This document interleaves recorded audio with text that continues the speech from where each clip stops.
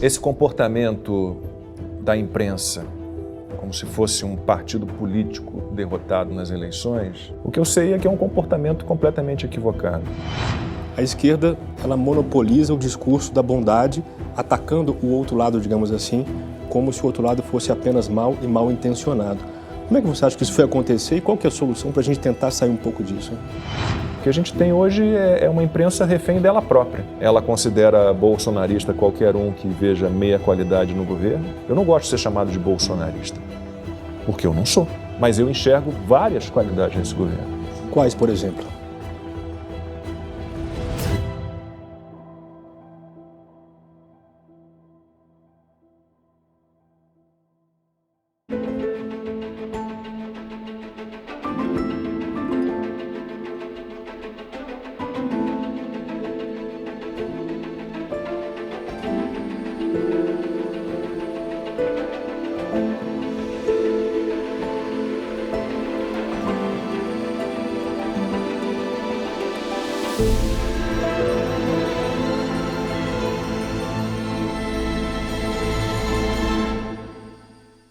Eu recebo hoje no Contraponto um jornalista carioca que tem 34 anos de experiência profissional e uma boa jornada também como escritor, poeta e esportista.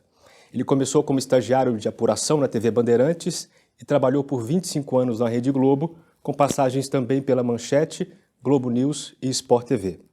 Hoje, além de seu canal no YouTube com 1.200.000 inscritos, é também colunista da Gazeta do Povo e apresentador da Rede TV. Bom, eu sou Bruno Magalhães e tenho a satisfação de receber aqui hoje no programa ele, Luiz Ernesto Lacombe. Lacombe, tudo bem?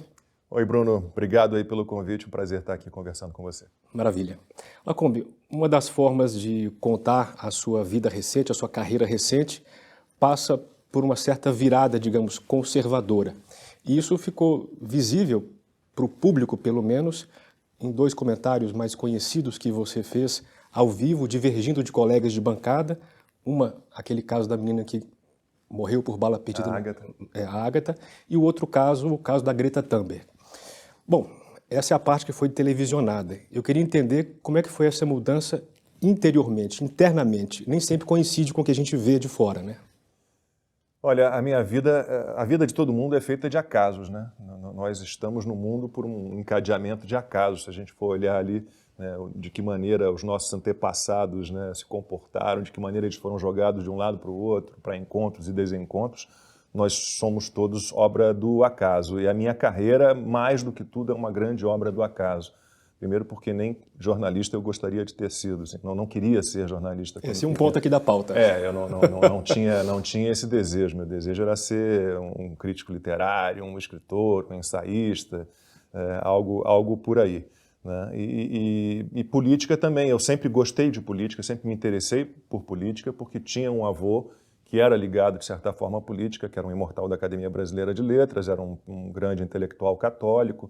Então tinha todo esse mundo conservador estava ali no meu avô, com quem eu convivi muito proximamente até a morte dele em 93. Então nós tivemos uma convivência muito longa, enquanto eu estive no Rio de Janeiro, morávamos na mesma rua, a poucos metros um do outro, então eu tive uma convivência muito grande com meu avô, sem entender o que era o conservadorismo, mas tendo nele uma figura referencial assim extremamente forte, né? E o meu posicionamento como conservador, eu nem sei se sou realmente um conservador, se você for olhar o que é ser um conservador, eu talvez fale em algum ponto aqui e ali, mas foi tudo muito por acaso.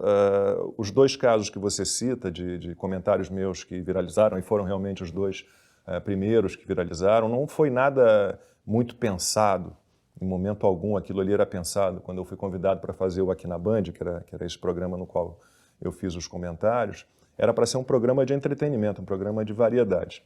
Como a gente vinha de um telejornal, antes da gente tinha um telejornal, o nosso primeiro bloco sempre foi um bloco de notícias, ali de 15 minutos, em que Silvia Popovic, que era a apresentadora do programa, e eu, éramos incentivados pelo diretor Vildomar Batista a fazer comentários, a nos posicionar de alguma forma, a emitir opinião, né? E foi tudo muito por acaso, né? Não foi nada muito pensado. A Silvia fez um comentário criticando pesadamente a polícia no caso da Ágata, e eu falei, calma, não somos peritos, não somos investigadores policiais, vamos aguardar para saber o que aconteceu. Mas, num caso como esse, era um caso de uma menina que tinha morrido por um tiro, uma bala perdida, e tudo indicava realmente que fosse um tiro disparado por um policial, mas ninguém tinha certeza. Então, naquele momento, eu preferi, calma, vamos aguardar. E frisei que, numa situação daquela ali, todo mundo tem que entender que traficantes, né, usuários de droga, eles têm todos, sempre, alguma parcela de culpa numa morte como essa da Ágata.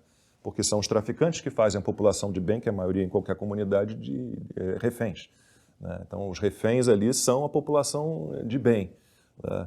E o caso da Greta Thunberg foi algo inacreditável, porque a gente fazia uma chamada dentro de um telejornal que não existe mais na Band, com a Marina Machado, que hoje em dia faz o Sem Censura, na TV Brasil. E a Marina, sempre que a gente fazia essa chamadinha do Aqui na Band dentro do programa dela, do telejornal dela, não era nada combinado.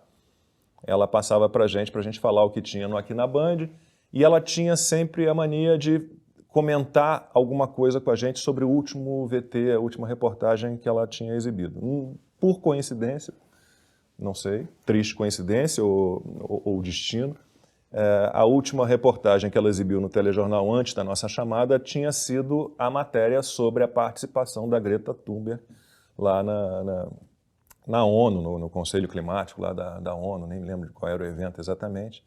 E ela me passa mais ou menos assim, Lacombe, estou aqui tocada, emocionada, quase em lágrimas, com o discurso desta menina, Greta Thunberg. E eu já tinha um mínimo de informação para entender o que né, estava por trás daquilo tudo e, muito naturalmente, assim, você tem milésimos de segundo, você nem pensa. Eu falei, olha, eu não compro esta menina. Esta menina tem um discurso alarmista, com frases de efeito, e ela está a serviço de um grupo. Ela não está aí defendendo o meio ambiente como manda o coração dela. Ela tem uma tutora. E aí contei mais ou menos a história. Então, foi tudo muito por acaso. A questão do conservadorismo foi um outro programa que a gente fez, no Aqui na Band também, quando o programa virou basicamente um fórum político, não era a ideia inicial. Era uma revista eletrônica, como eu disse, com comentaristas de imagem e estilo, medicina, direito da mulher, direito da família, direito do consumidor, celebridades. A gente tinha o Naná Rude, que fazia ali, trazia as notícias de celebridades. Então, era uma revista eletrônica que, com a Covid, a gente perdeu muita gente na nossa equipe, muitos colunistas, perdemos a Silvia Popovic como apresentadora e viramos um fórum político, um programa de debate, porque era o que a gente poderia produzir, era um programa de estúdio, né? E fizemos uma ideia que partiu de mim, falei, vamos falar um pouquinho de conservadorismo? Eu mesmo me interesso pelo assunto, conheço mais ou menos o que é, mas não sei profundamente. E fizemos um programa sobre conservadorismo. E a Natália Batista, que estava apresentando comigo, me perguntou logo no início do programa, olha, como você é conservador? Eu falei, meu Deus do céu. Esse eu tive aqueles... Saia justa, né? Aqueles centésimos de segundo. Eu falei, sou ou não sou? Eu falei, acho que sou. Acho que sou. Assim, eu sou contra as rupturas, eu sou contra as revoluções, eu acho que nós temos uma base que tem que ser mantida, eu acho que as modificações para melhor têm que ser graduais, né? Elas não podem ser impostas por um grupo que decide que precisa mudar tudo, que o mundo não está bom e que precisa mudar tudo. Então eu me peguei pensando como um conservador. Naquele momento, quando a Natália vira para mim e pergunta, vamos fazer um programa sobre conservador. Lacombe, você é conservador? Eu me lembro que eu devolvi a pergunta a ela e ela ficou no muro. Eu falei, bom, a prudência é uma característica também dos conservadores. Vai ver que você é. Está no bom caminho. Né? Bom, mas é fato que a sua imagem pública mudou. Né? Com essa mudança, você ganhou mais amigos ou mais inimigos? Ganhei os dois, ganhei mais amigos e perdi pessoas que eu considerava amigas e que talvez não fossem. Né? No meio jornalístico, principalmente. Assim, eu vejo muito pelas redes sociais, né? Como várias pessoas com as quais eu trabalhei ao longo de muitos anos, de décadas às vezes, amigos meus de Globo, com quem eu trabalhei por 20 anos, 25 anos, né, que de repente deixam de me seguir e que antes de me seguir tentam mandar sempre umas mensagenzinhas, não sei o que houve com você, o que aconteceu com você, como se eu tivesse me tornado quase que um demônio, né, defendendo algo que não fosse humano, correto, né, que não envolvesse afeto. Eu continuo a mesma pessoa, defendendo as mesmas coisas. Eu só não conhecia o que era a base teórica do conservadorismo, mas eu tinha uma referência conservadora, que era meu avô materno, uma referência muito forte, e uma referência liberal no meu pai, que era um executivo de grandes empresas, era um professor da Fundação Getúlio Vargas, um administrador de empresas, completamente voltado para o mundo corporativo, e que sempre me ensinou, né, que a gente não precisa do Estado para muita coisa. Talvez meu pai fosse um libertário e ele próprio não soubesse, porque ele tinha uma aversão absoluta ao Estado, né? Mas ele sempre me ensinou que não, é o capital privado, o Estado tem que interferir o menos possível na nossa vida, na economia de um modo geral. Então eu tinha essas duas referências, eu sempre tive esses pensamentos sem saber exatamente, sem ter uma base teórica profunda sobre o que é, né, o conservadorismo e o liberalismo. Bom, parece claro que uma sociedade sadia, ela comporta dois lados, no mínimo, de uma discussão política, direita e esquerda, como se diz, né? Mas você já entrevistou o Fiuza vai rebater isso. Ele não gosta dos rótulos, eu até entendo a teoria dele, ele não gosta dos rótulos, ele não gosta da divisão direita-esquerda, progressismo, conservadorismo. Ele diz que esses rótulos são sempre usados por pessoas mal intencionadas. Ele tem uma certa razão. Sim, sim. Bom, mas para fins de pensar e refletir, não, mas eu não me incomodo, acho que vale a pena a gente pensar um pouco nisso. Bom, nenhum dos lados ele monopoliza nem o bem nem o mal, né? Parece que isso funciona de modo pendular. Ainda que a esquerda tente monopolizar ou se vender como a detentora da bondade, da fraternidade, da solidariedade. Né? Pois é, o ponto é esse. A esquerda, por muito tempo, ou ainda hoje, ela monopoliza o discurso da bondade, atacando o outro lado, digamos assim, como se o outro lado fosse apenas mal e mal intencionado. Como é que você acha que isso foi acontecer e qual que é a solução para a gente tentar sair um pouco disso, hein? Isso é um processo longo, né? Isso é um marketing. Isso é propaganda. Você se vender, basta ver pelas expressões que foram criadas, né? O conservadorismo parece ruim. O que é o conservador? É aquele cara antiquado, né? Que não quer moralista, mudanças, né? Que não quer mudar nada, que quer viver no século passado. E o que é o progressista? É o que quer progresso. Então, até os nomes, os rótulos, eles são pensados para isso, né?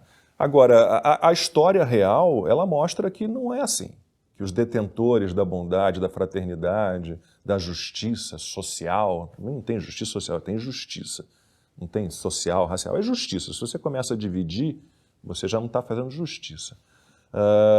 Mas é isso, como é que você olha o mundo real, né, vê todas as atrocidades que a esquerda, de um modo geral, perpetuou, em termos de genocídios, de assassinatos, de perseguição, de perda de liberdade, totalitarismo absoluto, né? O que eles usaram de ferramentas para implementar os seus pensamentos em vários países no mundo. Quem tirou as pessoas da pobreza? Não foi a esquerda. Se você for olhar ali década de 1960, você tinha 40% da população mundial vivendo na extrema pobreza, né? E a gente chegou antes da Covid a 8%. 8%. Aí com a Covid, com as medidas restritivas absurdas que foram adotadas, a gente voltou para uma faixa de 10% da população mundial vivendo na extrema pobreza. Mas não foi a esquerda que tirou essas pessoas todas da pobreza, da extrema pobreza, porque a esquerda ela quer distribuir uma riqueza sem produzir a riqueza, porque o Estado não produz riqueza. Então, é tudo marketing, é um grande marketing, se vendem como os bondosos, os fraternos, os tolerantes, o que não são. Basta ver o comportamento da esquerda em relação à direita qual é. É um comportamento muito mais agressivo, opressor, né, o tal do ódio do bem. Isso você encontra na esquerda. Eu não vejo, sinceramente, na direita, entre os liberais e os conservadores, um ódio à esquerda, como eu vejo, né, do outro lado em relação aos conservadores e liberais. Então é um grande golpe de marketing, perpetuado ao longo de décadas, né? Aí, Escola de Frankfurt, Gramsci, né, aí você tem todo um processo, o aparelhamento das universidades, das escolas, da cultura, né, como é que a gente foi levado para isso, a acreditar. Eu nunca fui de esquerda, nunca votei no partido de esquerda, né? Sempre discuti com os professores de geografia, de história no colégio que vendiam. Vou fazer 56 anos, então eu peguei a União Soviética ali, o período de União Soviética grande. Eu bati a boca com os professores que diziam que a União Soviética era o paraíso na Terra. Eu nunca acreditei nisso. E é difícil entender que a gente tenha caído nessa armadilha, né? Que tanta gente tenha se iludido e seja ingênuo a ponto de não perceber o que verdadeiramente está por trás da esquerda. Você disse que nossa vida é, em parte, fruto do acaso. E antes de cair no jornalismo, você passou pela informática, pela estatística, até pela psicologia. Quando é que você descobriu que a sua vocação era o jornalismo? Estou descobrindo até hoje, acho. Como eu disse, a minha referência maior assim, na minha vida sempre foi meu avô materno, Américo Jacobina Lacombe, que era um grande historiador, um imortal da academia, um grande intelectual, e graças a ele eu consegui conhecer e convivi um pouco com grandes intelectuais, como Drummond, Pedro Nava, Gilberto Mendonça Teles, Afonso Arinos, Luiz Viana. Então eu conheci a turma do meu avô, Plínio Doyle, uma turma maravilhosa. A gente não se fazem mais intelectuais como a gente tinha naquela geração do meu avô. E eu cresci na biblioteca do meu avô. Meu avô morava numa casa em Botafogo, na zona sul do Rio, cujo terceiro andar inteiro era a biblioteca dele, livros. Do chão até o teto, 2 fileiras, uma frente da outra. Em torno de 20, 25, 30 mil livros. Nunca soubemos exatamente quantos livros havia, mas era muito livro. Eu cresci com aquele cheiro de livro, gostando de livro, e com meu avô me contando histórias e puxando livros e me mostrando livros. Então, desde muito pequeno, eu sempre gostei de ler e de escrever. Então, quando foi chegando a hora de definir ali, na minha época ainda se fazia o curso técnico profissionalizante no antigo 2º grau, hoje ensino médio. Então, quando eu entrei para o 2º grau, eu tinha 3 possibilidades no colégio no qual eu estudava, São Vicente de Paulo, no Rio, que era biomédicas, patologia, né? Aprender a fazer exames, microscópio e usar aquelas laminazinhas. Eu nunca gostei daquilo. Eu falei, bom, medicina eu não quero, não é a minha. A outra possibilidade era processamento de dados, informática, que estava começando, né? Década de 80, fim da década de 70, começo da década de 80. E a outra possibilidade era publicidade e propaganda, que tinha a ver com o que eu queria, que era humanas. E aí eu avisei ao meu pai, olha, tem 3 possibilidades no colégio, eu vou fazer publicidade e propaganda. Ele, de jeito nenhum. O futuro do mundo é a informática, porque os computadores, porque isso, porque aquilo. E eu entendo bem, porque a área dele foi afetada. Ele era um administrador da área de organização e métodos, que é uma área que não existe mais porque ela foi engolida pela informática. É um negócio de formulários e tudo foi informatizado. A área dele deixou de existir, tanto que ele teve que migrar no fim da vida para outra área na organização, na administração. Então, meu pai meio que me forçou a fazer primeiro esse curso técnico profissionalizante.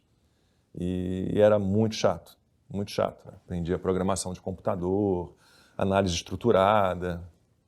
Eu não gostava, mas eu tinha uma relação muito complicada com meu pai. Nunca foi uma relação muito leve, né? Porque eu sou o único homem, eu tenho 2 irmãs, meu pai é um filho de um judeu alemão, sempre muito preocupado em ter um filho homem para perpetuar o sobrenome. Antigamente a lei não permitia, né, que você usasse o sobrenome da mãe como o último, o primeiro. Hoje em dia você pode fazer o que você quisesse, mas como eu era o único homem, ele disse, você tem que casar, você tem que ter filhos homens, senão meu pai era filho único, o sobrenome se perde.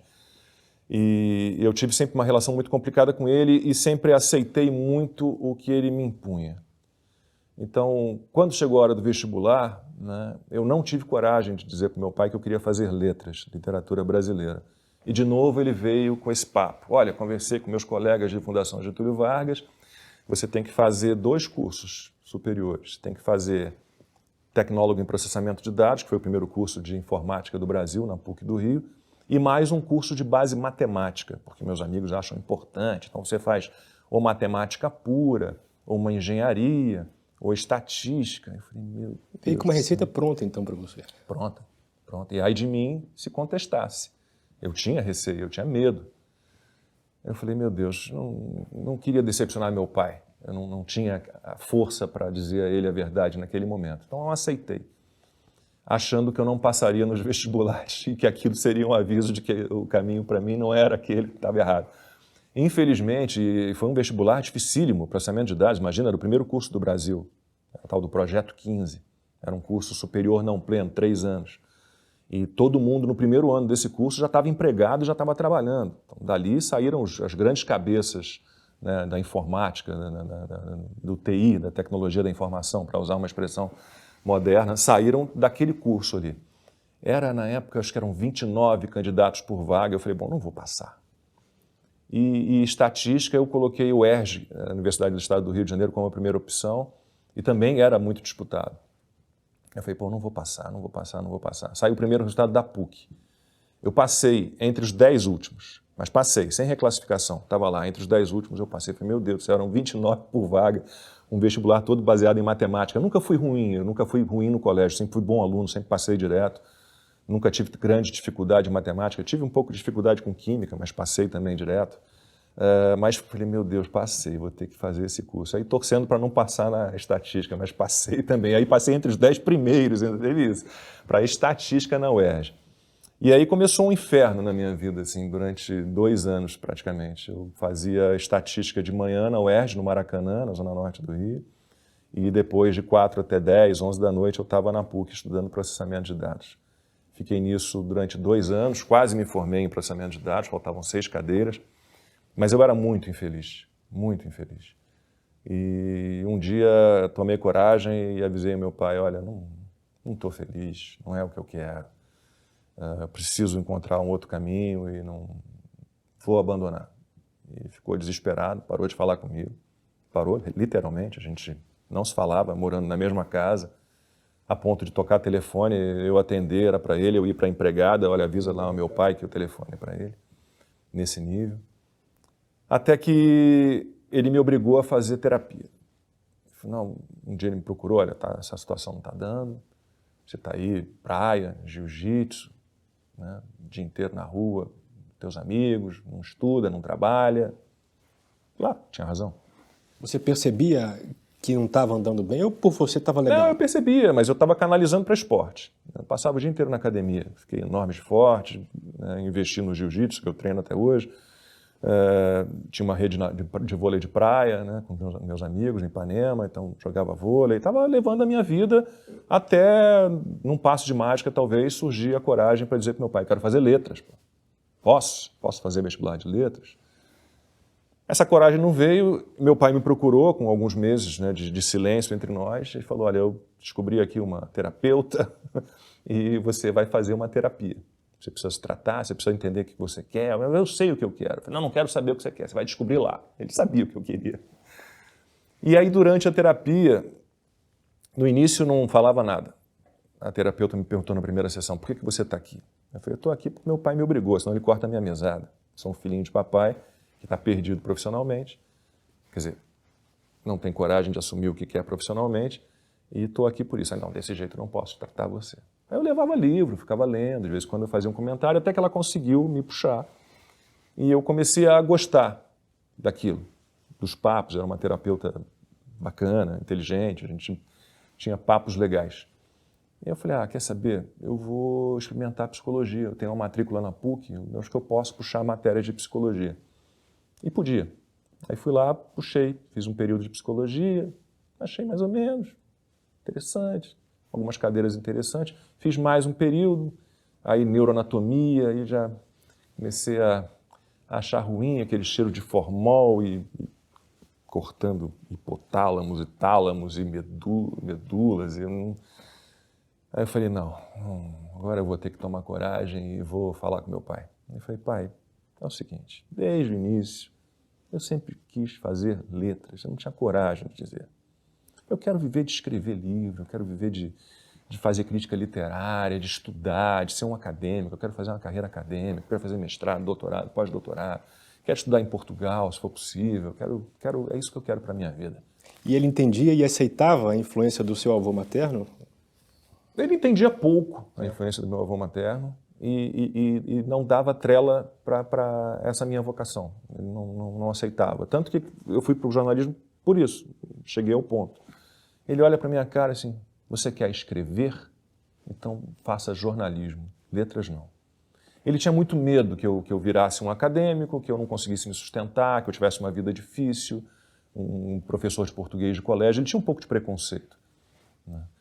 E ele falou, vai fazer jornalismo. Eu falei, meu Deus do céu, não vai ser dessa vez ainda. Aí fui lá atrás dos vestibulares de jornalismo. E tinha o da Faculdade de Comunicação L. Alonso, que para mim é a melhor faculdade de comunicação do Rio de Janeiro. E era perto da minha casa. Eu falei, beleza, eu vou fazer esse vestibular.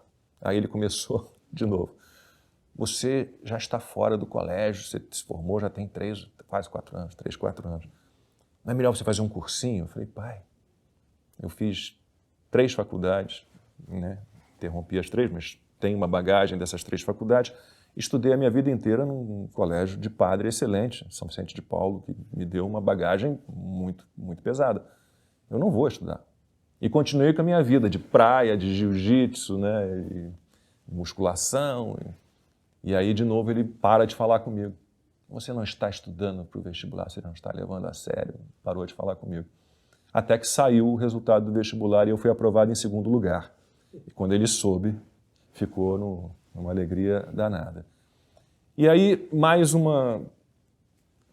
caminho, né, torto, assim. Quando eu fui para jornalismo, eu queria trabalhar com impresso. Na época não havia internet, né? Eu nunca pensei em televisão, em câmera, em rádio, nunca, absolutamente. Eu falei, não, quero trabalhar para revista e para jornal. Meu sonho era escrever para o 2º caderno do Globo, fazer crítica literária para o 2º caderno do Globo. O problema é que o Globo só selecionava estagiário a partir do 6º período. E eu falei, bom, não vou conseguir estagiar até lá.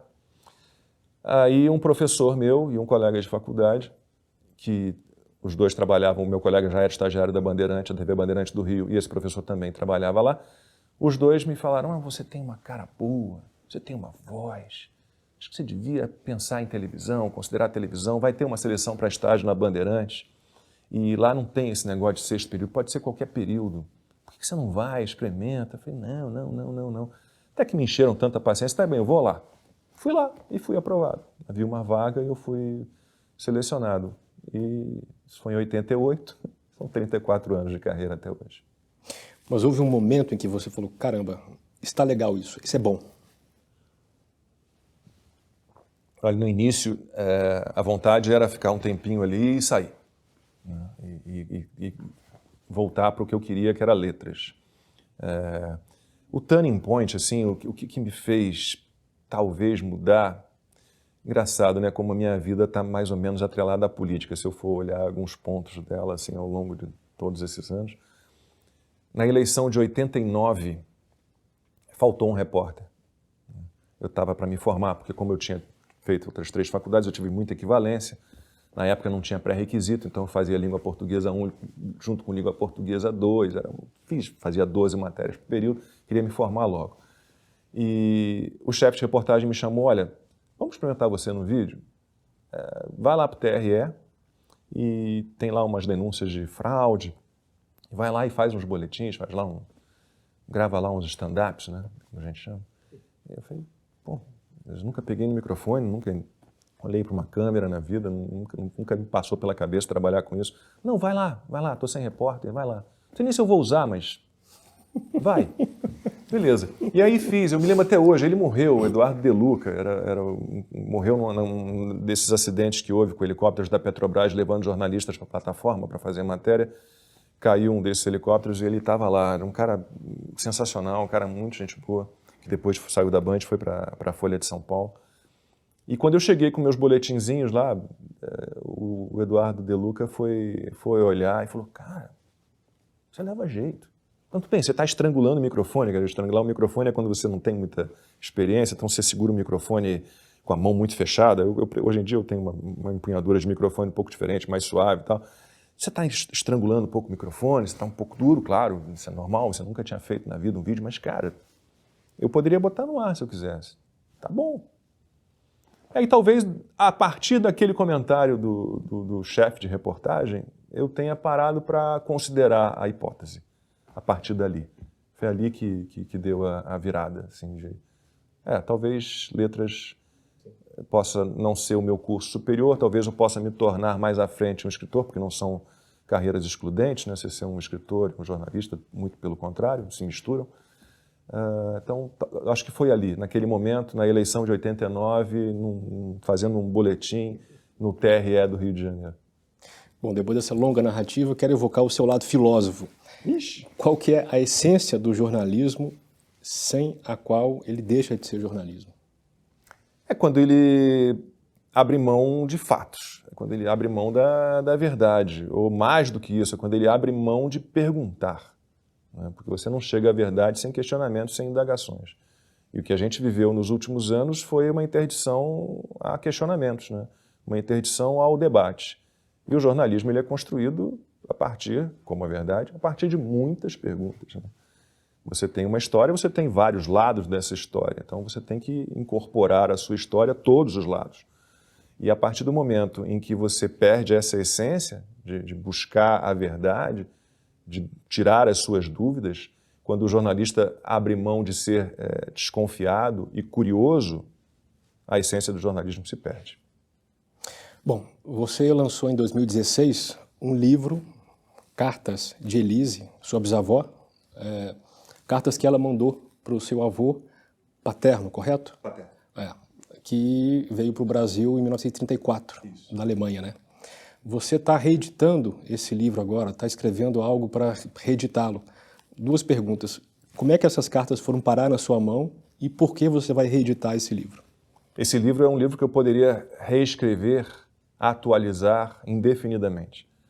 Porque enquanto eu buscar informações sobre a minha família, sobre o que houve com meus parentes alemães, judeus alemães, e o que, né, de que maneira a minha família se espalhou pelo mundo inteiro a partir da perseguição aos judeus, do Holocausto, do nazismo, eu vou sempre encontrar novas informações.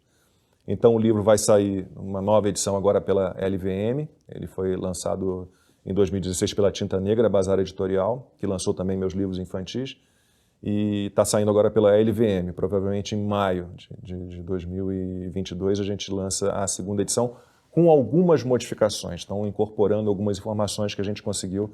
Eu falo a gente porque esse livro teve a pesquisa e a parceria com a minha irmã caçula, com a Cristina, que mora na Alemanha desde 92. Então a gente reuniu outras informações, então eu dei uma atualizada no livro e ele vai sair novamente. Essa é uma história, eu acho uma história fantástica, uma história que mexe muito com a emoção. A minha família era, digamos, rompida com a Alemanha, né, porque nós, apesar de eu ter um avô alemão, a gente sabe o que foi, né, feito dos nossos parentes, a gente tinha ideia, né, do que tinha acontecido. Eu sabia que a minha bisavó tinha desaparecido, que meu avô morreu sem nunca ter descoberto, né, o destino dela. E é impressionante como toda essa geração que viveu aquela época, minha avó, meu avô, tios avós, depois procurando informações sobre a família com parentes que a gente localizou pelo mundo, a gente descobriu que o comportamento era o mesmo. Não falavam do Holocausto, não falavam do nazismo. E eu me lembro que ao longo da vida, meu avô morreu muito novo, alemão, mas eu convivi com a viúva dele, com a minha avó, até 2016, ela morreu aos 96 anos, desculpa, 2006. Ela morreu aos 96 anos em 2006, então tive muita convivência com ela. E uma vez ela comentou que ela tinha ido à Alemanha em 1937 para conhecer a sogra e a família do marido. E eu fiquei muito interessado. Na época eu estava estudando Segunda Guerra no colégio. Falei, vó, mas você foi à Alemanha nazista? Você viu os nazistas? Como é que era? Vi. Como é que foi? Foi. Mas vó, nada, nenhuma palavra.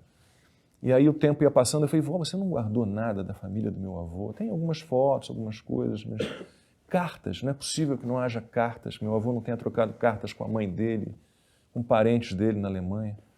Não, não tenho nada, não tenho nada, não tenho nada. E quando ela morreu em 2006, a gente foi desmanchar o apartamento dela em Copacabana e descobrimos no fundo de um armário uma pilha enorme de cartas. Da Elise, minha bisavó, para o filho e para a nora, eram 90% dessas cartas. E estavam lá no fundo desse armário, todas em alemão, né? E minha irmã caçula, que mora na Alemanha, como disse, desde 92, estava no Brasil, e minha mãe pegou aquelas cartas e falou, bom, minha filha, a única pessoa, eu estudei alemão 2 anos, mas é uma língua muito difícil, Eu falei, minha filha, só você pode, um dia, se você tiver interesse e tempo, você pode traduzir essas cartas e desvendar alguns mistérios que a gente tem aí em relação à família. Demorou alguns anos. Minha irmã caçula, que como disse mora na Alemanha desde 92, começou aos poucos, demorou um tempinho, mas começou aos poucos a traduzir essas cartas e começou a me mandar e-mails constantemente, dizendo, olha, eu estou descobrindo uma história incrível, dura, pesada, mexe muito, mas que a gente tem que contar. É uma história que a gente tem que contar. E depois que ela terminou a tradução completa das cartas, ela me enviou todas as cartas traduzidas e começou a se aprofundar numa pesquisa sobre a família.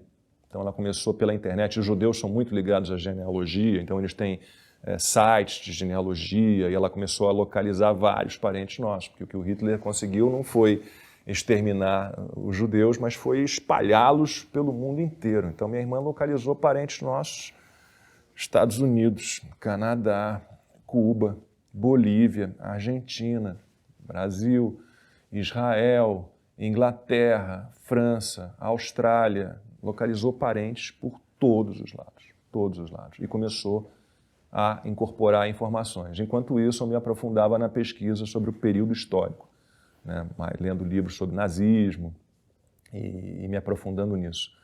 E aí sentei, finalmente, com todas as informações, sentei para escrever o livro. Então as cartas são usadas basicamente de 3 maneiras. Muitas são publicadas na íntegra, do jeito que a Elise as escreveu, né? Outras me serviram só como fonte de informação.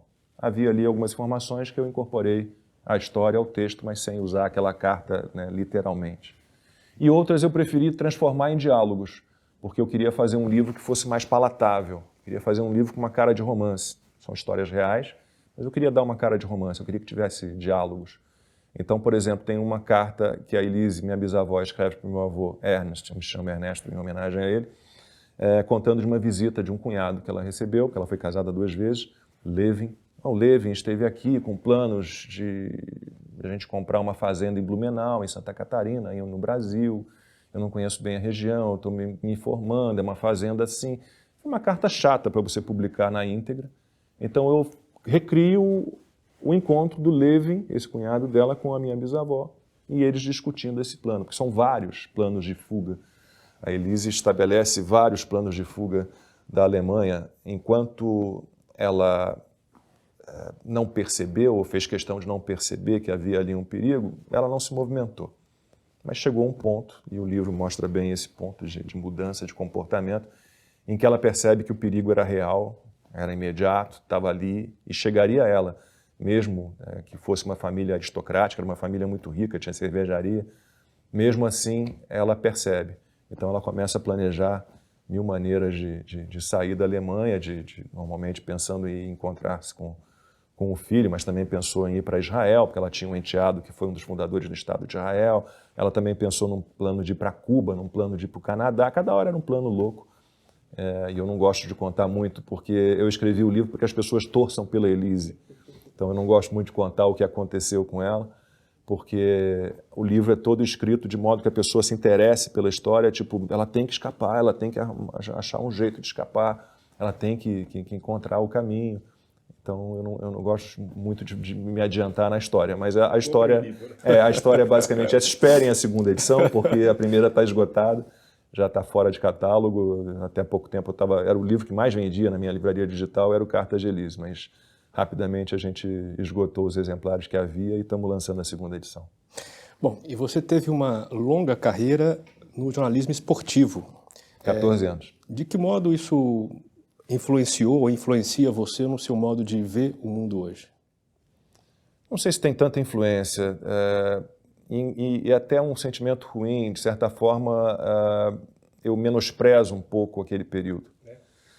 E explico como começou esse sentimento, né? Eu estava no Bom Dia Brasil, eu era editor executivo de esportes e apresentador dos blocos de esportes do Bom Dia Brasil, dentro do Bom Dia Brasil, quando começou a Lava Jato. E eu me sentia quase que um imbecil, entrando ali no meio de todas aquelas notícias o Brasil pegando fogo, sacudiam o Brasil de uma maneira como eu não tinha visto. E eu Nesse fim de semana, o time tal ganhou do time tal, eu me sentia meio bobo, meio, né, alienado. E a partir dali eu comecei a falar, meu Deus do céu, será que é isso? Assim, porque eu sou um apaixonado por esporte. Eu sou um atleta desde muito pequeno. Eu troquei muito de esporte, de novo, por conta do meu pai. Meu pai era um torcedor muito eufórico e me pressionava muito. Ele sempre cobrou muito desempenho de mim, né? Sempre. Quase como uma mãe judia que acredita muito no filho, que confia muito no talento do filho. Meu pai era um pai, mas ele tinha esse sentimento. E me pressionou a vida inteira. Então, sempre que uma modalidade esportiva na qual eu estava começava a se tornar um pouco mais séria, era federado, começava a competir, eu sentia uma certa pressão e, às vezes, eu buscava uma outra modalidade porque eu queria mais o lúdico, eu queria mais o... Porque eu gostava no esporte, eu nunca tive muito esse espírito de... Eu tenho um cunhado campeão olímpico, né? O Carlão, que foi capitão da seleção de vôlei em 92, é casado com minha irmã mais velha. Então eu convivo com ele e vejo que o espírito de competidor é um espírito muito específico, né? Ele tem uma gana, ele tem uma vontade de ser melhor. Não é que eu não seja competitivo, mas eu não tenho isso dominando o meu ser né, e a minha vida e meus passos. Então o esporte sempre me apaixonou, sempre fui apaixonado por esporte, eu sempre gostei muito de praticar esporte, de acompanhar esporte. Eu até hoje consumo muito esporte, futebol menos hoje em dia, mas eu adoro Fórmula 1, eu gosto de UFC, eu gosto de luta, então eu gosto de ver. Mas comecei a achar que era um mundo de amenidades, Então, mas eu me lembro muito que a transição do jornalismo para o esporte foi um momento muito especial na minha vida, porque eu passei 5 anos na Globo News, de 99 a 2004. Né? E a Globo News é um jornalismo, os canais de jornalismo normalmente, né, eles são muito intensos, porque é o sonho de qualquer jornalista. É o jornalismo mandando na grade de uma emissora. Então, se acontece alguma coisa, você não precisa parar para exibir novela, para exibir desenho animado, para exibir nada. Você vai dominar a programação enquanto aquele assunto perdurar. Mas exige, né, mentalmente, fisicamente, absurdamente. Então você tem que estar super, hiper informado. Então eu passava o dia inteiro me informando, eu passava o dia inteiro apresentando telejornais, porque a Globo News na época tinha um esquema muito pesado, tinha jornal, eu fazia jornal de 7 da manhã, 8 da manhã, 9 da manhã, 10 da manhã, 11 da manhã, meio-dia. Eu fazia 6 jornais. Em meia hora eu estava no ar, fazendo um jornal. Foi um período muito cansativo. E quando o Sport TV mudou o diretor, entrou um amigo meu, Manuel Castro, amigo de longa data, ele falou, pô, você tem essa ligação com o vôlei, né? Teu cunhado é campeão olímpico, sua irmã mais velha, casada com ele, jogou vôlei, você jogou vôlei, eu joguei um período no Fluminense. Você não quer fazer o esporte aqui, o programa de vôlei que eu tenho, o super vôlei, eu vou reformular o programa? Eu falei, topo. E daí depois surgiu, a partir do Sport TV, surgiu a oportunidade de fazer o Esporte Espetacular de novo pelas mãos do Emanuel Castro.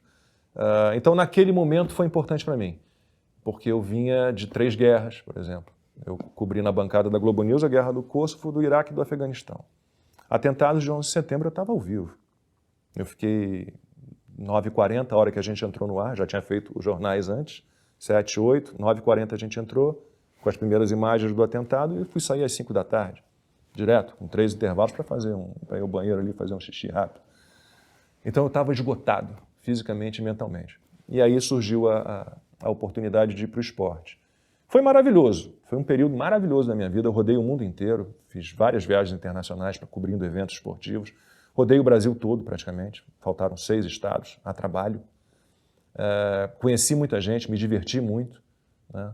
Mas hoje em dia é um mundo estranho para mim. Assim, eu já acho que, não vou dizer que seja perfumaria, eu acho que é importante as pessoas gostarem de esporte, praticarem esporte, acho que isso é fundamental, faz parte. Para você ter saúde física e mental, você precisa ter uma atividade física.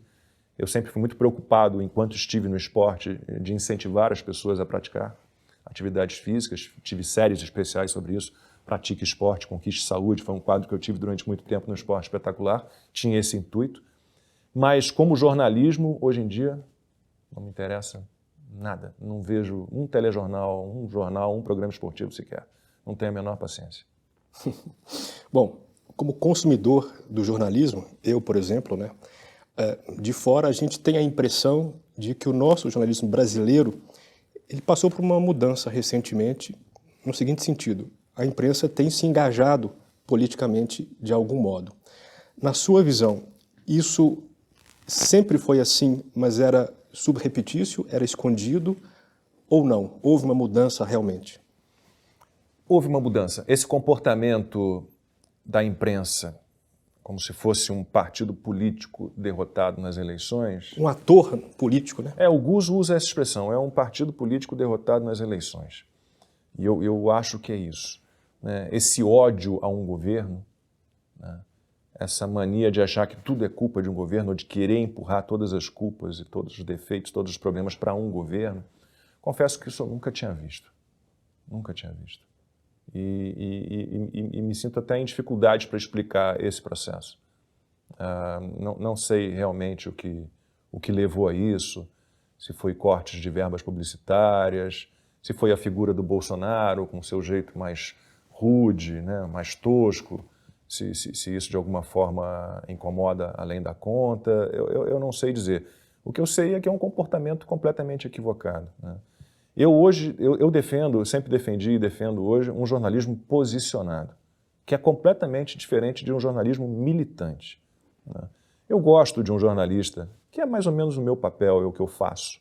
Eu gosto de um jornalista que se posiciona, que diz, olha, esse candidato aqui fala essas bobagens todas, ou esse candidato aqui tem essas ideias que são boas, são propostas interessantes.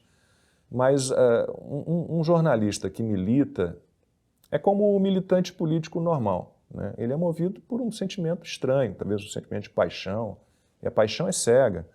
Então ele vai aceitar tudo que de ruim, né, fizer o seu candidato, né, vai criticar tudo de bom que o candidato do qual ele não gosta vai pensar ou vai emitir como opinião. E aí você fica refém de você próprio, né? O que a gente tem hoje é uma imprensa refém dela própria, porque ela tem uma ideia pré-concebida, ela considera bolsonarista qualquer um que veja meia qualidade no governo, esse é o conceito. Eu não gosto de ser chamado de bolsonarista, porque eu não sou, porque eu não tenho uma paixão cega pelo Bolsonaro, porque eu não vou aceitar tudo o que ele decidir, tudo o que ele emitir de opinião, né? Mas eu enxergo várias qualidades, eu não enxergo meia qualidade, eu enxergo várias qualidades nesse governo. Tem muitas qualidades.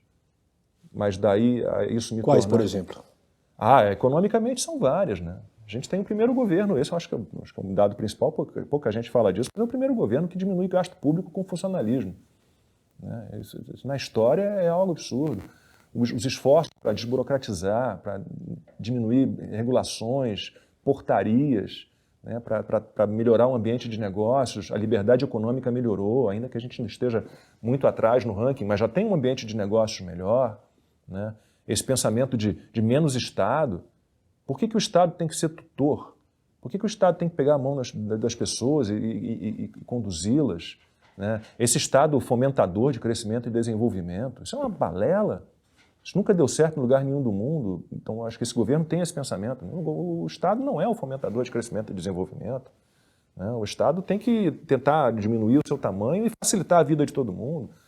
Não quero que o Estado defina o que eu tenho que pensar, o que eu tenho que achar que é verdade, o que eu tenho que achar que é mentira, né? Então esse governo tem isso.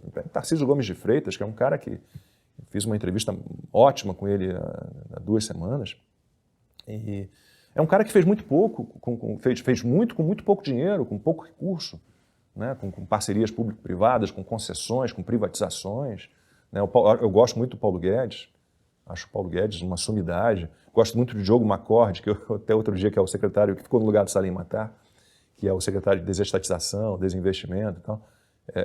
O Diogo é um que eu considero que está pronto para ser ministro da Economia quando Paulo Guedes não quiser mais. É uma figura brilhante ali no governo, a equipe econômica é muito boa, né? Eu vejo muitas qualidades nesse governo, como eu vi defeitos e critiquei os defeitos. Quando o Bolsonaro pensou em botar o Eduardo Bolsonaro como embaixador de Washington, eu falei, pelo amor de Deus, não tem nada a ver. Ou a indicação do Cássio Nunes Marques para o Supremo Tribunal Federal também não não achei boa. Quando ele pede à base governista que vote a favor do novo Fundeb, eu não gostei. Então eu tenho minhas críticas também pontuais, entendeu?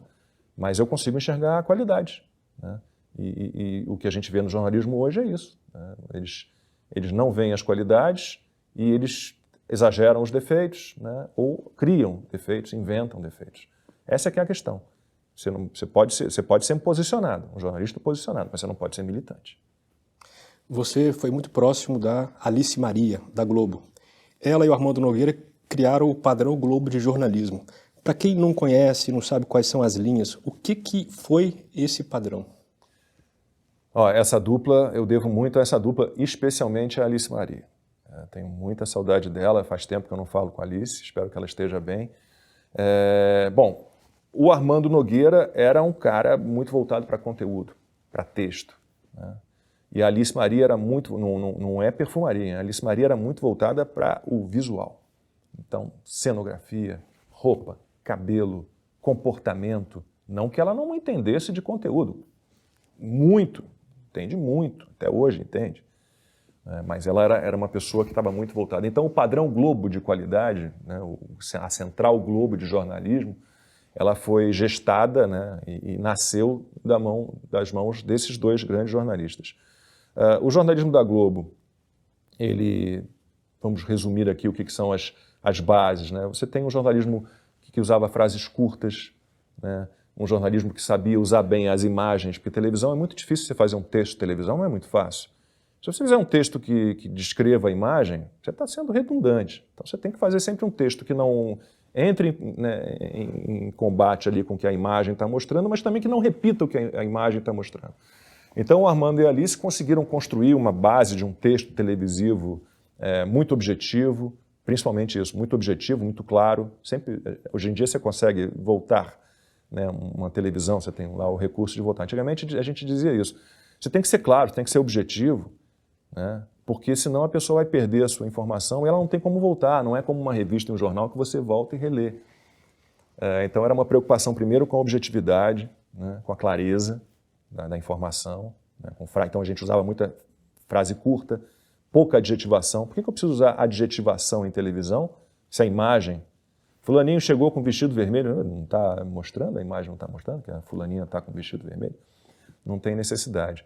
Então tinha essa preocupação com o texto, com a roteirização, né, criando matérias palatáveis, muito mais gostosas de você ver, né, e uma preocupação com o visual. Parece frescura, e a gente não está falando de pessoas bonitas. A Alice Maria ficou, ela só gosta de jornalistas bonitos. Não. Você precisa ter uma cara limpa, uma cara boa, você não precisa ser bonito. Mas o visual, desculpem, não é preconceito. Em televisão, 80% do estímulo é visual. 80%. Provavelmente seja isso. Na nossa vida, o estímulo visual é muito importante. Então, o jornalista está com o cabelo bonitinho, com uma maquiagem discreta e bem feita. Então, as jornalistas, as mulheres, não estarem com decotes enormes, a gente chama de vídeo vampiro. Então, a Alice elimina tudo o que você tem de vídeo vampiro, que é aquilo que suga a atenção do espectador, né? A gente quer a atenção do espectador a 100%. Então eu não vou botar uma apresentadora, como eu vejo hoje, uns cílios postiços de 3 metros de comprimento, uma sombra pesadíssima, uns cabelos na cintura, um decote enorme, ou uma blusa com toda rendada, cheia de fendas, que é muita informação para a televisão, né? Tudo isso faz parte da televisão. Então Armando Nogueira e Alice criaram esse modelo, que é o encaixe perfeito entre o conteúdo e a forma, né? Você tem uma forma limpa, uma forma que não suga a sua atenção, que não desvia a sua atenção. Então você não tem roupas com grafismos, com inscrições. Tem até uma história muito engraçada. Eu trabalhava no Bom Dia Brasil como editor executivo de esporte, estava na minha mesa e ela ficava diante da sala do William Bonner. Vou fazer essa inconfidência. O Bonner que me desculpe. E o Bonner chegava sempre por volta de 11, 11 e pouco, eu já estava desde 5 horas da manhã lá, e eu estava no meu computador e ele ia em direção à sala dele. E um dia eu estava conversando com um colega meu, editor de internacional, estava no ar um boletim, eu não sei se ainda existe hoje, do G1, né? E a Globo colocou uns meninos para fazer a apresentação desses boletins com piercings, tatuagens, E as camisas sempre com inscrições, né? Coisas escritas, né? Mensagens escritas, logomarcas e referências a filmes, a bandas de rock. E eu estava conversando com esse meu amigo, não vi a aproximação do Bonner e eu estava criticando. Falei, puxa vida, tudo que a gente aprendeu que não devia, né, acontecer, está aí. É um apresentador cheio de piercings e brincos, cheio de tatuagem, o braço todo tatuado, camisa com coisas escritas. Eu virei para o Murilo Moreno, esse editor com quem eu estava conversando. Murilo, eu não ouvi nada do que ele falou ainda, porque até agora eu estou olhando as tatuagens dele, estou lendo o que está escrito na camisa dele e estou impressionado com esses piercings que ele tem. Está me dando uma agonia. E nisso o Bonner passou. Não, Lacombe, desculpa, eu participei desse projeto. E esse projeto é exatamente para mostrar que a Globo, ela está também nas plataformas digitais e que ela tem esse público mais jovem que lida com, né, com tecnologia, com informação, dessa maneira. Eu falei, sim, mas se você botasse esse menino com uma camisa social cobrindo as tatuagens dele, tirasse os piercings, tirasse, né, eu estaria entendendo isso da mesma maneira. É um menino jovem, num cenário mais descolado, e eu não teria perdido meu tempo olhando os detalhes das tatuagens e dos piercings. Então é basicamente isso, né? A informação em primeiro lugar, a questão toda em televisão é essa. Como televisão mexe com vaidade, há jornalistas que se acham mais importantes do que a informação, do que os fatos, quando não somos. Absolutamente não somos. Parte da imprensa tem comprado a campanha do Lula para presidente este ano. O mesmo Lula que disse que, se for eleito, vai ser preciso regular a mídia. Você acha que seus colegas têm subestimado o potencial dessa figura? Acho, sinceramente. Porque como a censura de 2 anos para cá, ela está muito voltada para um grupo específico, talvez esse grupo que não perceba as ameaças feitas pelo Lula não se sinta atingível, né? Se sinta ali, né, livre de qualquer perseguição, de qualquer tipo de censura. Mas pau que dá em Chico, dá em Francisco também. Então, acho que eles precisam realmente abrir o olho. Qualquer um que defenda regulação de mídia, de internet, porque o Lula defende regulação de mídias e regulação de internet. Então, a gente está a ponto de chegar com... já viajei a países em que a internet é controlada e você não consegue fazer nada. Você quer navegar, você não tem Google, você não tem redes sociais, você tem que encontrar outros caminhos para conseguir navegar decentemente. Eu acho que há um perigo enorme, e é bom que a imprensa, de um modo geral, abra o olho. Você quer defender o Lula? Tente achar alguma coisa decente. Vai ser difícil, mas tente defender o que prestaria. O que não há, claro, mas com o esforço que fazem, talvez encontrem. Mas a regulação de mídia, de internet, é abominável. A gente tem que recusar com todas as forças. No seu último artigo na Gazeta, você estava comentando a visita que o Lula fez ao MST, em Londrina, se não me engano. Sim. Você disse que Lula não emociona. Você disse que o Lula não emociona, ele é um emplastro. Bom, mas fake ou não, existe um movimento aí em torno dessa candidatura, dessa pré-candidatura. O que, na sua opinião, o Lula representa como força opositora ao Bolsonaro hoje? Representa o atraso, representa a mentira. Representa um modelo que nunca deu certo, nem aqui, nem em lugar nenhum. Eu vou voltar à questão do Estado fomentador de crescimento e desenvolvimento. Me diga um país que deu certo com um modelo desse. Você não vai encontrar. Em contrapartida, se você procura modelos liberais, democráticos, países com valores morais, né, estabelecidos, você vai encontrar dezenas, a maior parte dos países desenvolvidos apostou no modelo liberal. Aí vem o pessoal da esquerda. Mas os países nórdicos não são socialistas. Não são. São social-democratas no máximo. E se eles chegaram a esse modelo social-democrata, que é um modelo que eu não sei quanto tempo tem de validade, porque é um modelo dispendioso, né? Esses países todos, a Noruega, Finlândia, Dinamarca, todos eles apostaram no liberalismo, por 100 anos pelo menos, né?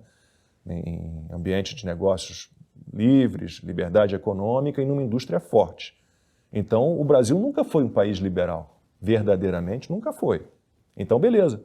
A gente fica aí 100 anos investindo numa indústria mais forte, né, no liberalismo, na liberdade econômica, no livre mercado.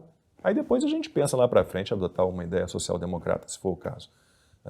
Mas assim, o que o Lula, no fim das contas, representa é isso. É um modelo que nunca deu certo, em lugar nenhum, em época nenhuma do mundo. Nenhuma. E é um Estado que acha que pode controlar a vida de todo mundo, que pode dizer para você, para mim, para qualquer pessoa, o que é bom e o que é ruim, o que é verdade e o que é mentira. Eu não quero um Estado tutor, e o Lula representa um Estado tutor, um Estado pesado, um Estado que não pode ter o tamanho que ele propõe. Bom, você, como boa parte dos brasileiros, foi entusiasta da atuação do ex-juiz Sérgio Moro na Lava Jato. Qual que é a sua avaliação hoje sobre a figura pública dele e a pré-candidatura que ele tem lançado à presidência? É uma tristeza, é uma lástima. Eu acho uma lástima, porque o juiz, eu admirava o juiz. Ainda que haja aqui um que diga, não, mas ele protegeu o PSDB, ou ele não fez isso, ou ele conduziu muito dessa maneira. Eu não tenho essa capacidade jurídica de avaliar ali as ações, os processos. Eu ouço, né, de colegas juristas que há possíveis falhas ou possíveis, né, encaminhamentos enviesados, não tenho certeza. Mas como pessoa física, não digo nem como jornalista, eu admirava o Sérgio Moro, eu reconheço a importância da Lava Jato, gostaria que ela não tivesse sido destruída da maneira que foi. Mas assim, a partir da saída do Sérgio Moro do governo, a maneira como ele saiu do governo já foi uma maneira muito feia, né? Primeiro, anunciar uma demissão numa entrevista coletiva. Depois fazer acusações levianas, ao que tudo indica, porque até hoje ele não conseguiu comprovar nada. Portanto, quando o Moro anunciou a saída dele, eu falei, bom, o Moro não seria leviano ao ponto de, né, fazer críticas, dizer que há irregularidade sem que realmente houvesse. Fiquei ali esperando, bom, ele deve ter provas, né? Deve ter um dossiê, deve ter mensagens, ele deve ter documentos. Nada, nada. E aí se lança candidato e se lança como Lula um candidato da mentira. Como é que uma pessoa como Sérgio Moro pode comparar a inflação atual com a hiperinflação da década de 1970 e da década de 1980, ou com a inflação gerada pela duplinha Dilma-Manteiga? Meu Deus do céu, todo mundo sabe que não tem nada a ver, basta olhar o planeta. Está todo ele enfrentando uma inflação, os Estados Unidos com recorde de inflação, a Alemanha com recorde de inflação. Como é que o Moro tem a cara de pau, a disfarçatez de fazer esse tipo de comparação? Isso é ridículo. Como é que ele me compara casos de rachadinha com mensalão e petrolão? Quer dizer, quem é esse Sérgio Moro, esse mentiroso que está aí? Não dá para acreditar nele. Infelizmente não dá. Eu acho que os marqueteiros do Moro erraram. Eles deveriam não ter ido para o embate com o Bolsonaro. Talvez ele tivesse que ter se lançado como uma alternativa a quem encontra alguns defeitos imperdoáveis no Bolsonaro e gostaria de migrar. Mas não, ele resolveu surgir como, né, o antípoda ao Bolsonaro, ao Lula. Está errado, ele errou. E hoje ele vive na mentira. Hoje, Sérgio Moro é uma grande mentira. Bom, não é comum alguém como você, que tem posições em grandes emissoras, abrir um canal no YouTube para falar livremente o que pensa. E você fez isso e seu canal cresceu assustadoramente em pouco tempo. Está com 1.200.000 seguidores hoje, né?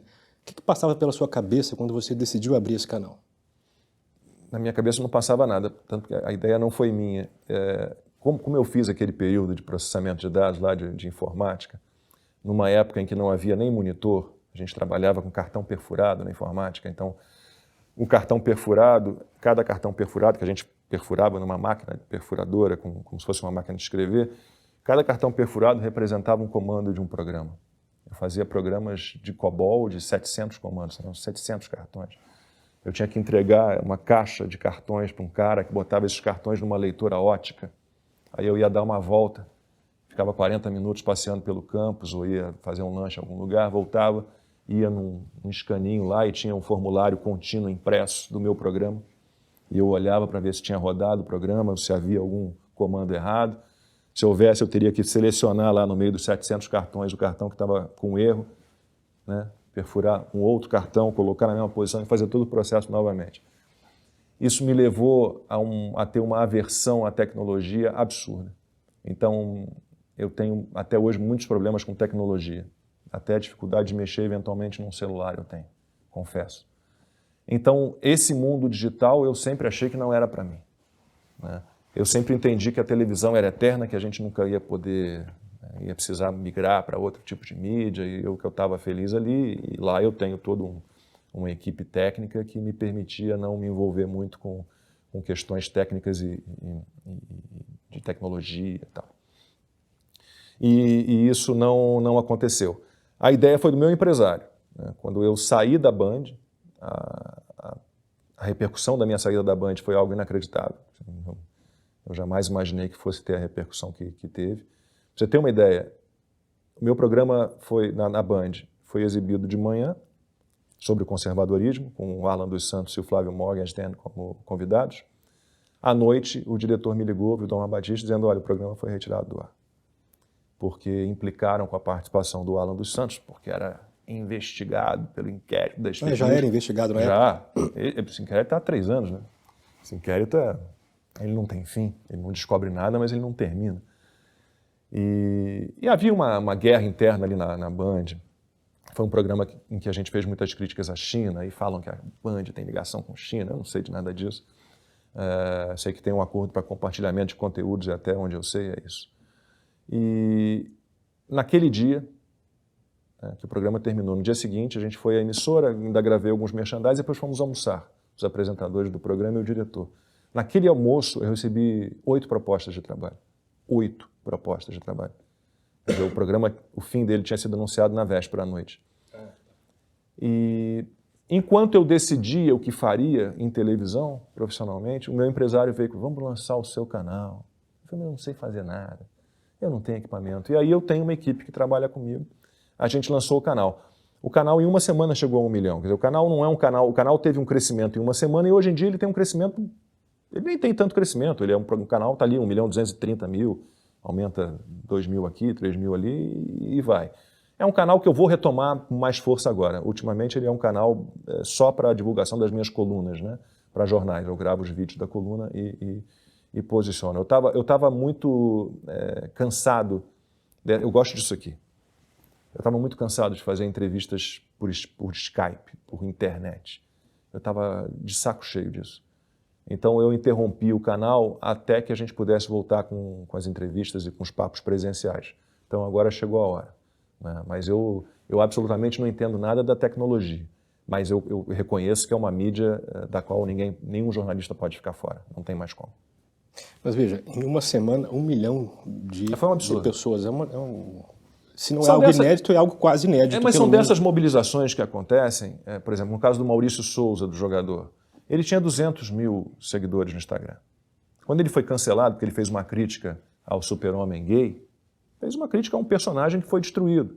Não ao gay, não à homossexualidade, mas fez uma crítica a um personagem, como eu já fiz também. Eu fiquei muito chateado, fui ver o último 007, já tinha feito críticas com base em sinopse do filme, que o 007 morria, que o 007 vai virar uma mulher negra. Eu falei: não tem nada contra mulher nem negra. Eu tenho contra o fim de um personagem que, teoricamente, não envelhece, não se aposenta e não morre. James Bond é James Bond, ele é eterno. Tanto que já houve vários atores fazendo o personagem. Quer dizer, então o Maurício saiu de 200.000 seguidores no Instagram para 2.700.000 em uma semana. Então há um público, né, que tem uma demanda por conteúdo conservador, que apoia incondicionalmente quem tem um comportamento mais conservador, mais liberal, que está aí. E para esse público, né, a gente pode oferecer conteúdo sempre, porque ele vai consumir, ele quer consumir. É um público que tem discernimento, que sabe o que quer. Então é muito por isso. Eu recebi um apoio assim, inacreditável. Eu jamais imaginei que fosse ter tanto apoio assim. Mas, na sua opinião, que qualidades suas fizeram o público se interessar pela sua palavra de forma tão surpreendente e tão rápida assim? Eu sou muito sincero, eu sou muito direto, eu não sou de ficar dando voltas, eu acho que eu vou ao ponto. Eu venho de uma escola de reportagem, então eu sou um entrevistador que gosta de perguntas curtas. eu não gosto de me alongar, eu não faço longas explanações, né? E eu apresento minha cara a tapa ali, eu dou a minha opinião sincera, né? E com argumentação. Assim, nenhum comentário meu, nenhuma opinião minha é emitida sem que haja uma base em fatos, né? Eu acho que as pessoas sentem falta disso, né? De comentários, né, na estratosfera ou sobrevoando algo que a gente não sabe muito bem o que é, um mundo imaginário, utópico. Não, eu tenho o pé no chão.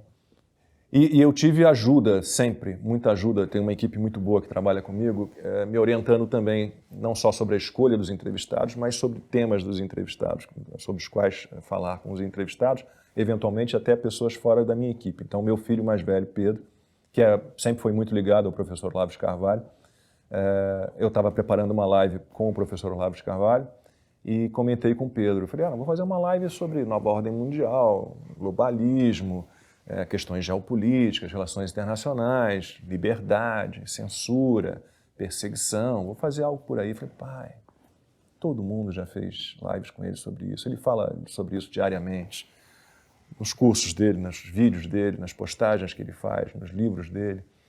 Por que você não faz algo diferente? Você cresceu consumindo literatura brasileira principalmente. O professor Olavo gosta muito de literatura também, não só de ensaios políticos, de filosofia. Por que você não faz uma live, então, sobre literatura com ele? Acho que ele vai gostar e vai ficar diferente. Falei, tá, aceitei o conselho do Pedro. E até hoje, você vê como é que é a internet, né? Tem gente que me para na rua para falar, olha, aquela sua live com o professor Olavo de Carvalho foi... Vou falar dessa live? Dessa live especificamente. Encontrei ontem com o administrador de uma das contas que leva lá o título Olavo de Carvalho, e foi um ex-aluno do professor Olavo de Carvalho, e ele falando, nossa, o professor adorou aquela sua live. Ele, durante muito tempo, ele falou daquela live, ele adorou, foi um momento que ele pôde falar de outros assuntos, e de autores, e de histórias, e de livros. Então é isso, eu acho que eu sou um cara sincero, direto, objetivo, claro, conciso, eu sou muito conciso, eu não me alongo nas explanações, né? E tem uma equipe que me ajuda, eu acho que eu consigo pensar bons entrevistados e consigo, né, dar uma carinha diferente para cada uma das conversas que eu tenho. Você fez menção a esse programa na Band, que foi o seu último programa, vamos lá, né? Com o Flávio Morgenstern, com o Alan dos Santos e com o Vinícius Freitas. Né? Isso, um professor que era para ser um contraponto ao conservadorismo, e depois descobrimos que a minha equipe errou, porque era uma equipe montada para trabalhar no programa de variedade, de entretenimento. E como o programa acabou virando um fórum político, um programa de debate, essa equipe tinha eventualmente alguma dificuldade com a agenda dessa área, né? De política, economia, relações internacionais. Era uma equipe que não tinha tanta intimidade com este mundo. Mas ele foi um contraponto de algum modo, não? Ele foi um contraponto porque ele era um professor que passava períodos na China. Ele tinha um convênio, não me lembro com que universidade da China, aprendi tantas também lá. E ele era um adorador da China, né? E isso criou um certo mal-estar ali naquele dia também, porque a gente queria, na verdade, um progressista para fazer o contraponto ao conservadorismo, aos conservadores que estavam ali. Nos veio um que estava com um brochinho da monarquia. Então, já ele próprio? O Marcos Vinícius tinha um pinzinho de monarquia. Então, aí, quando ele chegou, eu falei, mas você é progressista e monarquista? Eu não sou progressista. Eu falei, meu Deus, marcaram com a pessoa errada. Mas a questão que pegou ali é que ele defendia a China além da conta, né? E obviamente, houve críticas pesadas minhas, do Morgenstern e do Alan, ao comportamento da China de um modo geral, né? Eu não tenho nada contra a China querer ser superpotência número 1, não tenho nada contra, desde que ela se torne um país livre e democrático primeiro. Enquanto for o que eu prefiro que não seja uma superpotência. Eu não quero a China como o xerife do mundo, absolutamente não quero. Mas diga, eu te interrompi. Então, o ponto é esse, já que foi o último programa, já que causou um mal-estar interno na Band, me parece que já havia algum mal-estar anterior, ou isso foi uma surpresa para você? Havia. Houve um programa que tratou da facada que o Bolsonaro levou ainda como candidato, que tratou do caso Adélio Bispo. e houve um erro. A ideia do programa não era discutir quem mandou matar Jair Bolsonaro. E isso foi colocado numa tarja e isso criou um grande mal-estar com o jornalismo da Band. Na verdade, eu acho que ali havia um problema mais de cercadinhos, né? Então, o programa, que era um programa de variedades, pensado para ser um programa de variedades, diante de contingências, de perda de pessoal, de diminuição de orçamento por conta da Covid, se tornou um programa de estúdio, um programa de debate político e entrou numa seara que era do jornalismo. E o jornalismo, de alguma forma, se sentiu incomodado. E essa tarja, que eu não sei quem colocou, quem mandou matar Jair Bolsonaro, foi uma tarja que incomodou e eu até compreendo, porque a ideia não era essa. A ideia do programa era discutir como é que está a investigação, por que não se investigou mais além do que se foi, né?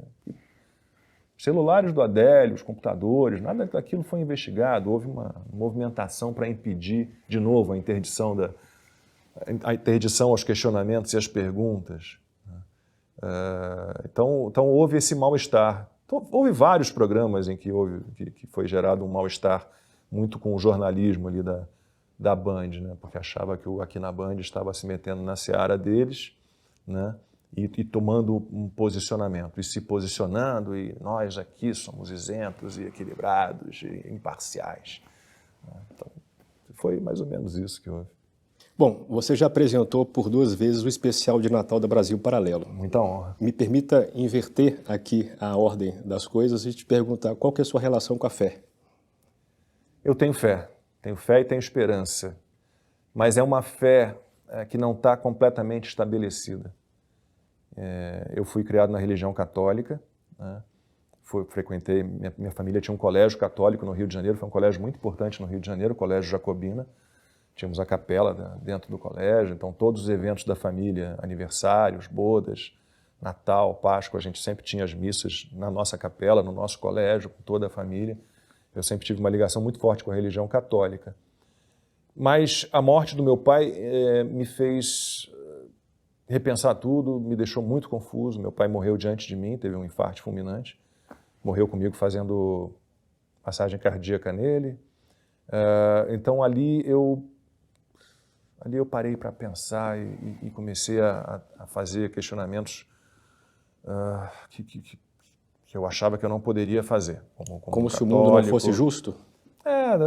Questionando, mas não tem justiça divina? Como é que meu pai, uma pessoa tão boa, uma pessoa dedicada à família, né? Uma pessoa que nunca fez mal a ninguém, como é que ele morre aos 49 anos de idade dessa forma? Então ali eu me afastei, deixei de frequentar a missa, deixei de rezar, deixei de ter uma relação com Deus, deixei de pensar em Deus. Mas aos poucos a gente vai entendendo um pouco melhor. Eu não sei direito o que é a fé, eu não sei direito o que é Deus. Talvez Deus seja o que? A origem de tudo, o primeiro, a representação dos sentimentos que a gente não explica, de amor, de gratidão. Eu não sei direito o que é. Eu sei que hoje eu costumo ir à missa, não vou todos os domingos, minha mulher vai todos os domingos, eu costumo ir à missa, né? Não comungo, ainda não me sinto pronto para... É um processo longo, você vê que a minha volta à igreja é um processo que exige paciência, né? Eu frequento uma paróquia maravilhosa aqui em São Paulo, recomendo a todo mundo que pensa mais ou menos como eu, a Bom Jesus do Brás, no Brás, o Monsenhor Sérgio Tani, missa de domingo às 11 da manhã. As homilias são maravilhosas, é um padre que tem um pensamento muito diferente do que eu aprendi a ver lá no colégio, no São Vicente de Paulo. Era um colégio dominado pela teologia da libertação, né? Eu fui aluno do Chico Alencar, pra você ter uma ideia, no colégio. Chico Alencar, o político? O político. Foi meu professor de OSPB, Ixi. Organização Social e Política Brasileira. Imagina o que eu aprendi com ele, né? Então, eu hoje em dia, eu estou me aproximando cada vez mais de Deus e da Igreja Católica, né? Graças muito à minha mulher, tenho que agradecer a ela, porque é ela que me empurra e que me dá força. Mas é difícil dizer o que é Deus, o que é fé. Eu acredito que a gente vai realizar. a gente tem uma esperança de que as coisas vão se ajeitar.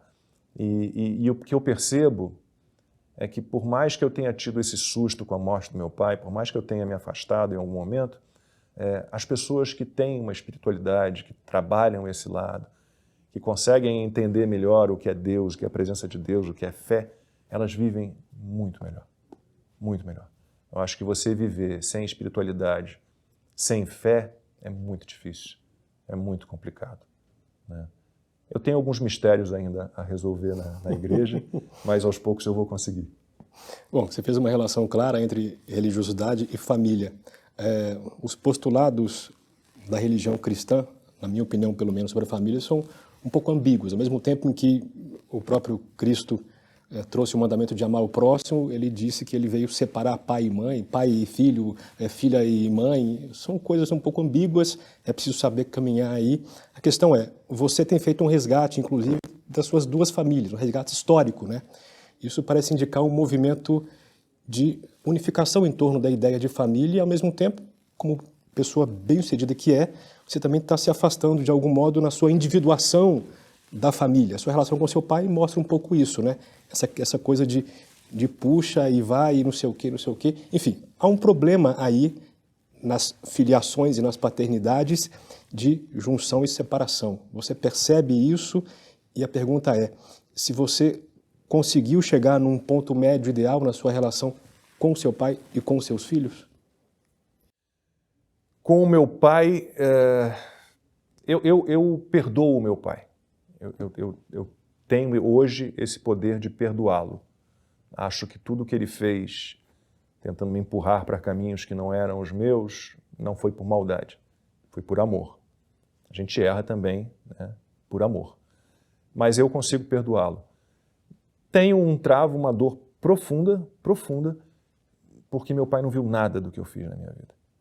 Então, meu pai morreu... Que ano que ele morreu?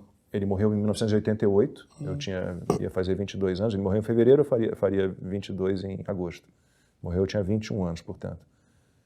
Eu tinha um ano de jornalismo, então ele me viu na faculdade de jornalismo, mas ele nunca viu nada do que eu realizei como jornalista, absolutamente nada. E eu tenho certeza que diante do que eu conquistei, em 34 anos de carreira, eu tenho certeza que a nossa relação teria se aproximado, teria ficado muito coesa, muito forte, diante de tudo que eu pude oferecer a ele como resultado para a minha vida, ainda que tenha sido tortuosa, eu consegui chegar a um nível que realmente me surpreendeu. Então eu trago essa dor realmente profunda de não ter meu pai ali, pelo menos vendo tudo o que eu realizei. Em relação aos meus filhos, é difícil a gente... É um assunto complicado. É óbvio que eu penso como meu pai, eu também pensava em caminhos diferentes para os meus filhos. Eu gostaria que eles tivessem tido outros caminhos, né? E eu vejo que os dois estão muito perdidos também, neste momento os dois, né? O mais velho trancou a faculdade, o mais novo está querendo trancar a faculdade, o mais velho abriu uma empresa de petróleo e gás, que nunca foi a área dele. O mais novo está indeciso sobre... Está fazendo administração como o avô dele, mas já não sabe se quer. Mas eu não quero atuar como meu pai. Assim, eu tenho todo esse cuidado. Eu não sei se eu estou me perdendo na sua resposta, porque eu tenho uma certa dificuldade de estabelecer pensamentos assim, muito metafísicos. Foi nessa linha que eu estava buscando algo assim. Eu tento não cometer com os meus filhos os erros que meu pai cometeu comigo. Eu tento dar conselhos, mas ao mesmo tempo eu não consigo esconder às vezes a decepção por algumas atitudes deles, né? Eu torço para que eles encontrem o caminho deles, eu estou aqui para ajudá-los a encontrar no que for necessário, mas acho que há um limite também, né? A gente tem uma dose de erros e de dúvidas, uma dose de recomeços que a gente esgota em algum momento da vida. Então, os meus filhos hoje, um vai fazer 21, outro faz 24 em junho, um faz 21 em maio, né? Os dois caminham para uma fase de tomar uma decisão, né? E o que eu pude fazer, eu fiz. Depende muito deles, né? Então, não sei. Eu tento ser próximo, mas sem ser invasivo. sem ser uma pessoa que está ali interferindo tanto a ponto de fazer com que eles sigam caminhos que eles absolutamente não querem seguir. Bom, estamos caminhando para o final da entrevista. Você disse que, por temperamento, você é um conciliador e que você não precisaria de um antagonismo na sua profissão para você se estabelecer, como de fato parece muito sensato isso. A questão é, alguma pessoa, me diga o nome de uma pessoa com quem você se desentendeu profissionalmente, publicamente, com quem você gostaria de voltar a conversar. Pergunta difícil. Eu não sou enfrentador. Eu não preciso ter um antípoda, um antagonista. Eu não gosto dos embates muito pesados. Eu gosto do debate, mas eu gosto de um debate educado, elegante, ameno, né, com pontos de vista, né, sem agressões. E ao longo de toda a minha carreira, juro a você, 34 anos, o único momento em que eu tive realmente um inimigo foi numa situação fora do jornalismo. E foi como apresentador de reality show. Foi fazendo o Hexatlon Brasil, que era um reality show que eu fiz, saí da Globo em maio de 2017. Em julho eu assinei com a Band para fazer um reality show que foi todo gravado na República Dominicana. Eu fiquei 5 meses na República Dominicana, no norte, em Las Terrenas. E encontrei lá uma situação muito incômoda, porque me venderam um programa e quando eu cheguei era outro programa. Era para ser um Survivor, só que as provas do Survivor, que são o que há de mais interessante nesse conteúdo, nesse projeto, como o projeto era um pouco chupado do Survivor, era roubado o formato, para os produtores turcos, que eram os donos do formato, não serem processados, eles tiraram as provas criativas e originais do Survivor, aproveitando a natureza e tal, e colocaram umas competições num circuitos como se fossem as Olimpíadas do Faustão. Aqueles cotonetes, aquelas coisas. Eu cheguei achando que estava no Caribe, achei que ia ter provas de rapel, provas no lago, provas estranhas, diferentes e comidas esquisitas. Não. Eram 2 competidores fazendo aquele percurso E com turcos muito desonestos, que queriam transformar um reality, um show de realidade, em algo completamente manipulado. Eles queriam manipular o resultado das competições, eles queriam manipular os resultados das votações para eliminação, né? E não aceitavam as minhas críticas aos circuitos. Eu falei, está muito repetitivo. São quase 4 meses de temporada com os mesmos circuitos. No início eram 3 circuitos. É que eu tanto enchi a paciência dos turcos que eles fizeram. Eu falei, faz um dentro d'água. Quando eu fui conhecer o local das locações, lá das competições, a gente foi se desviando do mar e entramos numa fazenda cheia de bosta de vaca, de pasto, com aqueles Olimpíadas de Faustão montados.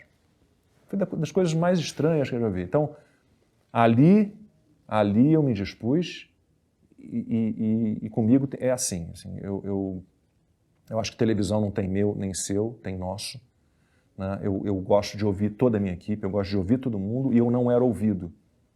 Eu era um fantoche, eles queriam que eu estava com a minha família passou 15 dias lá, minha mulher e meus 2 filhos foram me visitar na República Dominicana. E diante deles, o turcão lá queria que eu mentisse, dizendo que uma competição, uma competidora não tinha ganhado, que tinha sido empate, eu tinha narrado a vitória. Mas a imagem está mostrando. Então, naquele momento, né, eu me dispus, eu saí ameaçado desse lugar, mas não vejo a menor possibilidade de reconciliação. Então, não é o caso. Não é o caso. Deixa eles lá na Turquia, em paz, não desejo mal a ninguém, né, isso é importante dizer.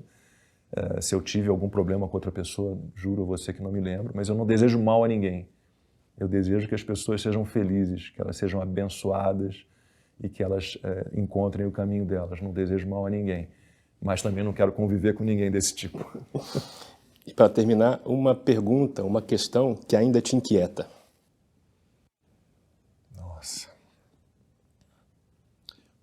O que me inquieta ultimamente é o que nós, brasileiros, pessoas físicas, podemos fazer para que a gente viva realmente num país livre, para que a gente não tenha mais perseguição, censura, prisão. O que a gente está vivendo hoje é inquietante e é assustador. Então, acho que a grande questão é entender. Falávamos semana passada sobre isso no 4x4, que é um dos meus projetos na internet, com Fiuza, com Constantino, com Ana Paula Henkel, exatamente sobre isso. O que cada um de nós, pessoa física, né, o que cada um de nós pode fazer. Que força nós temos diante de um judiciário que age como age, de um STF que persegue, que prende, que cancela, que censura. Essa é a grande questão. Eu tento agir, né, com os meios que tenho, né, nas minhas colunas, nos 3 jornais para os quais eu escrevo, nos meus programas de televisão, nos meus projetos na internet, mas eu sempre tenho a tendência a achar que é pouco e que eu poderia fazer mais. E acho que todo brasileiro poderia, talvez, fazer mais. Só que o quê? Como? Sem entrar em risco, né? Como se oferecer a sua cabeça ou se expor a um risco acentuado. A minha inquietude, né, tá nisso hoje, né? Como a gente defende a liberdade, né, num país em que qualquer um que tenha tentado experimentar uma liberdade tenha tomado na cabeça. Essa é a questão. Lacombe, muito obrigado pelo seu tempo. Bruno. Obrigado. Satisfação a você. encontrá-lo. Tudo de bom. Boa sorte. Obrigado. E a você que chegou até aqui, muito obrigado pela audiência. Aguardo você no próximo Contraponto, segunda-feira, às 20 horas.